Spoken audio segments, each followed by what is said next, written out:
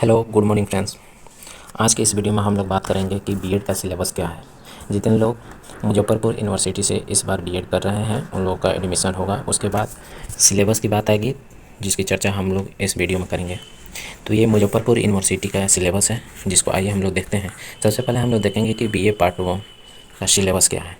तो BA part 1 में 7 paper का एग्ज़ाम देना होता है। Course 1, course 2, course 3, course 4, course 5, course 6 और कोर्स 7।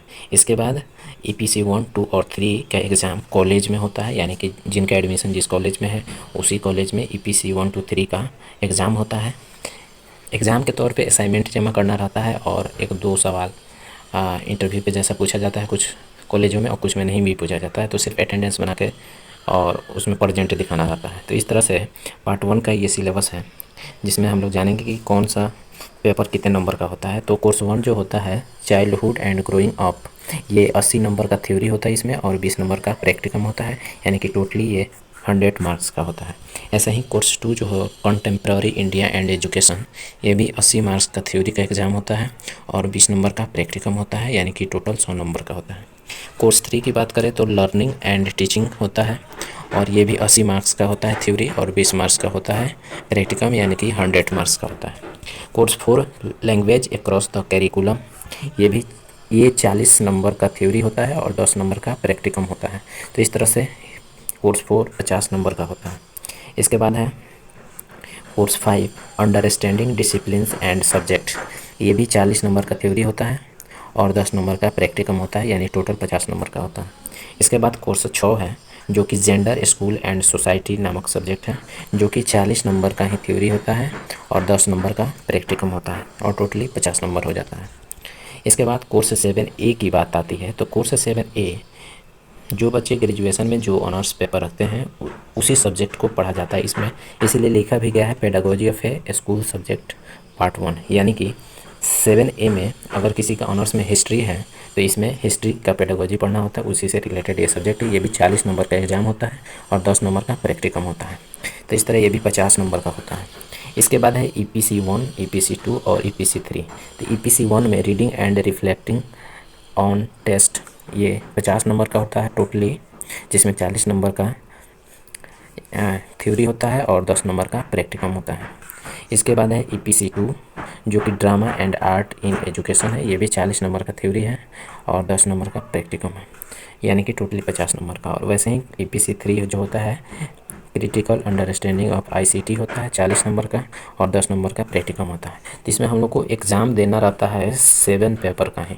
ये जो ईपीसी 1, 2 और 3 है ये कॉलेज में होता है, इसका असाइनमेंट जमा करना रहता है और यूनिवर्सिटी के द्वारा कुछ लोग आते हैं जो प्रश्न पूछते हैं और उसका आंसर दिया जाता है, उसी के अकॉर्डिंग इसमें नंबर दिया जाता है। और ये जो प्रैक्टिकम का नंबर है ये सब के लिए असाइनमेंट अलग से बनाना पड़ता है ईपीसी के अलावा। तो इस तरह से अटेंडेंस बनाया जाता है और ये सभी ईपी प्रैक्टिकम असाइनमेंट जो भी होता है ये कॉलेजों में होता है, यानी कि हम कह सकते हैं कि जो सेंटर पे एग्ज़ाम होता है वह 7 पेपर का होता है और बाकी चीज़ें कॉलेज में होती है। और ये सब कुछ मिला के 650 नंबर का एग्ज़ाम होता है और बहुत ही अच्छा इसमें मार्क्स बच्चे लाते भी हैं। हम लोग के कॉलेज से भी बहुत अच्छा मार्क्स आया था, 82%, 83%, 84, 85, 86% तक मार्क्स आ जाता है। इसके बाद हम लोग बात करेंगे बीएड सेकेंड ईयर का सिलेबस क्या है। तो बीएड सेकेंड ईयर में 5 पेपर का ही एग्ज़ाम देना रहता है, जिसमें से है course 7B, course 8, course 9, course 10 और कोर्स 11। ये सब मिला के हो गए आपको 3 पेपर, ये 4 और 5 पेपर का एग्ज़ाम आपको सेंटर पे देना रहता है। और ईपीसी 4 ये कॉलेज में होता है और ये होता है इंटर्नशिप, स्कूल इंटर्नशिप होता है जो कि कॉलेज के द्वारा ही कराया जाता है। तो इसमें 7 के बी पेपर वहीं हो जाएगा जो ग्रेजुएशन में आपका सब्जेक्ट है उसका सेकंड पार्ट हो जाएगा। हिस्ट्री है तो हिस्ट्री का सेकंड पार्ट इसमें हो जाएगा। ये 40 नंबर का होता है और 10 नंबर का प्रैक्टिकम होता है, यानी कि 10 नंबर के लिए असाइनमेंट लिखना पड़ता है और 40 नंबर के लिए सेंटर पे एग्ज़ाम देना पड़ता है। तो टोटली ये 50 नंबर का हो गया। वैसे ही अगर कोर्स 9 की बात करें तो नॉलेज एंड करिकुलम होता है इसमें, ये 80 मार्क्स का होता है थ्योरी और 20 मार्क्स का होता है प्रैक्टिकम। तो ये भी 100 मार्क्स का हो गया। कोर्स 9 असेसमेंट फॉर लर्निंग होता है जो कि 80 नंबर थ्योरी होता है और 20 नंबर का प्रैक्टिकम होता है, यानी कि टोटल 100 मार्क्स का होता है। इसके बाद कोर्स 10 की बात करें तो क्रिएटिंग एन इंक्लूसिव एजुकेशन, जो कि 40 मार्क्स का होता है थ्योरी और 10 मार्क्स का होता है प्रैक्टिकम, यानी कि टोटल 50 मार्क्स का हो गया। अगर कोर्स 11 की बात करें तो ये ऑप्शनल कोर्स है। प्रत्येक कॉलेज में अलग अलग ऑप्शन रहता है बच्चे को चुनने के लिए।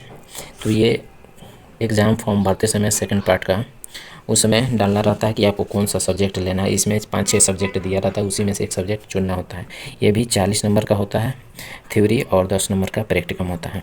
तो इस तरह ये भी 50 नंबर का हो गया। और बाकी रहा course EPC 4 understanding the self. तो इसका असाइनमेंट जमा करना रहता है और 40 नंबर का जो होता है वो EPC का वाइवा होता है, यानी टोटली 50 नंबर हो गया। बच गया स्कूल इंटर्नशिप। तो स्कूल इंटर्नशिप 250 नंबर का होता है, जो कि कॉलेज में होता है। इस तरह से B.Ed सेकेंड ईयर में भी 650 नंबर का टोटल एग्ज़ाम होता है। और इस 650 में तो 86% तक नंबर आ जाता है, क्योंकि इसमें प्रैक्टिकल का नंबर बहुत ज़्यादा मिल जाता है। 250 नंबर तो यहीं पे हमको मिल जाता है और एग्ज़ाम इसमें बहुत ही कम नंबर का देना रहता है। तो ये था सिलेबस B.Ed पार्ट 1 और पार्ट 2 का।